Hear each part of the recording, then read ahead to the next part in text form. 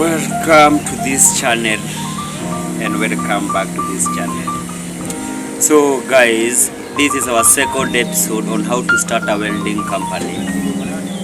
And they have something that in our last episode we had shared some things on what you need to start a welding company. In this episode nitakuwa nawaambia the process you need to follow so that you can get customers in your company. Yani, the process and the tactics you need to use in order to get the welding clients with you. So, I told you one thing. Niliwaambia you already have the clients. Where you started your job, where you started where you are schooling, so that welding school, mahali penye ulikuwa. You got some few customers, let's say there are 2 customers. So that's why we start. We'll go and open the job and just keep there and wait. And if you have the display, make sure that umetengeneza ka display kiasi and people will get to know what you are doing.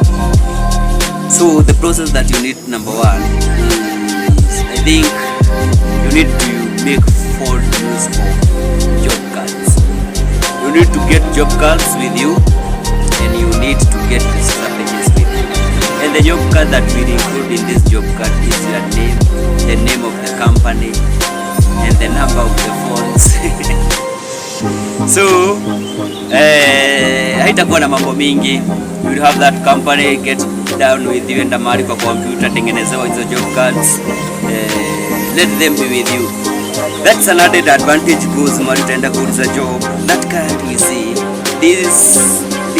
this person or boy is very organized. Pengine hata yuko organized na kitu and get it done. So number 2 is you need to be the fastest in your area. Usitake job ikuje, the job to come there for a month haijaisha.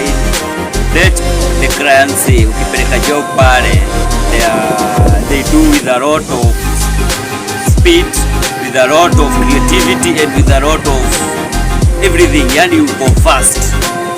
That's another advantage. Number 3 is you need to do the right job. You need to do the right job, and you need to pray to God so that I could enjoy manze. Manze, it's not that I'm telling you because I'm successful in this welding, but I can say I'm successful because I'm done over my years, and I can tell you the challenges that is done there. So we have seen number 1 is you have the clients with you. Penye ulianzia job. Number 2 tukasema get your job cards with you. Number 3 do the right job, and number 4 pray to God. I think number 4 should come number 1. So first of all, pray to God guide, because there are many challenges that are here in the welding company, and in our next episode I'm going to discuss with you the challenges that we are facing in this welding company and what you need to avoid those challenges. Guys, let's meet in the next video.